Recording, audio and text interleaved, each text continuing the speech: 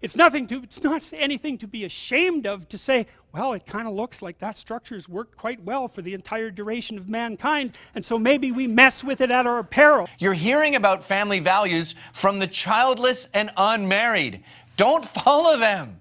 The women have to stop blaming men for their sense of malaise or misery. I didn't create you people to kill and torture and rape each other. I created you to be good to each other. I love the God who had a flood. So I'm going to take a break from all of the super serious content where we worry about the absolute state of the culture and weep, therefore. No, I wanted to go over my very first comic series that I, as a teenager, got into and finished.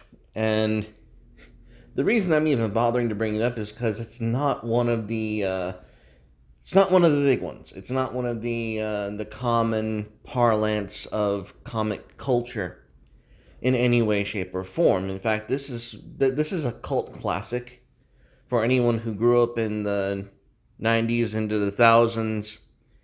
It was a Hot Topic series made by the artist Johan Vasquez, who did the Invader Zim series on Nickelodeon.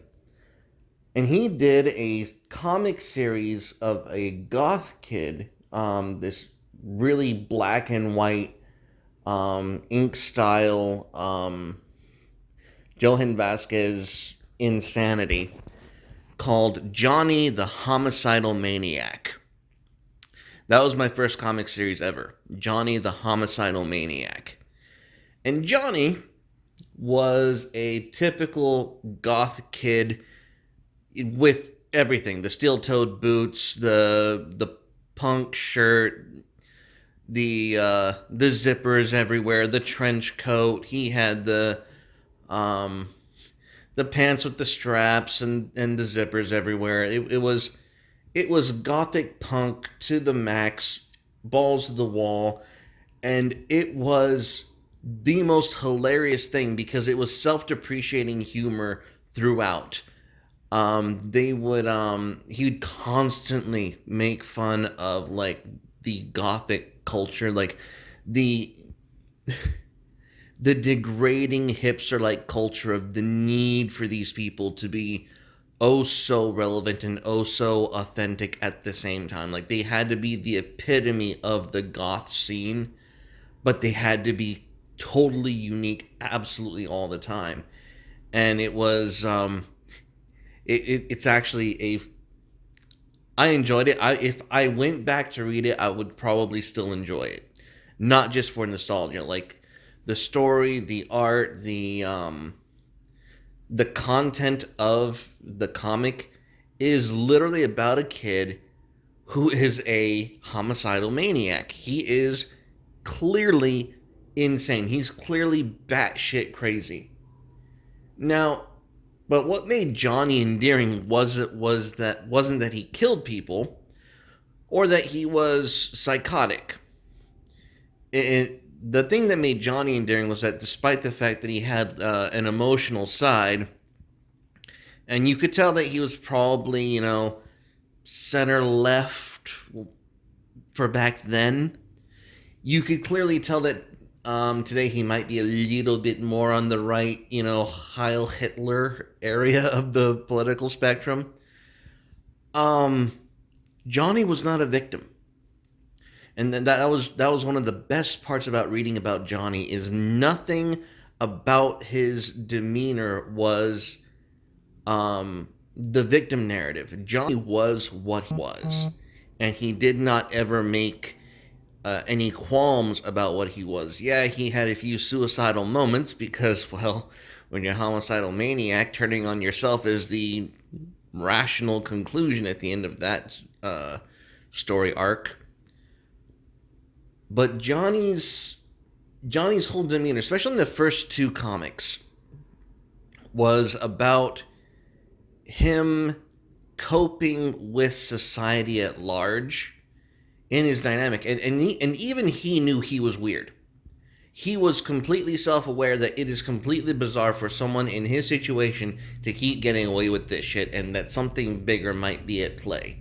So he really, it wasn't breaking the fourth wall, it was really a mystery in Johnny's head as to what exactly was going on with him. And that whole story really peels back as you get into later into the series. But that was my first comic series, and I genuinely enjoyed it. If you can get the singles, I would highly recommend getting the single issues and buying them that way, because you get content that are in those comics that you don't get from like the massive collection. Because in the individual comics there are side panels of things that Johnny himself makes. Like Johnny has a comic that he makes that is in that's in his comic book, and one of the sidebars is called Happy Noodle Boy, who is, as Johnny describes, incredibly popular among the homeless insane. And it's got that wacky, zany, insane, Invader Zim-like attitude, but it's through the eyes and the ambiance of a homicidal maniac. Which, again, it was my first comic series. I couldn't endorse it any more highly. I highly recommend that you go and pick this up whenever you can. And any other things that series in particular stood out to me? No. I don't think there's any more I could say about it.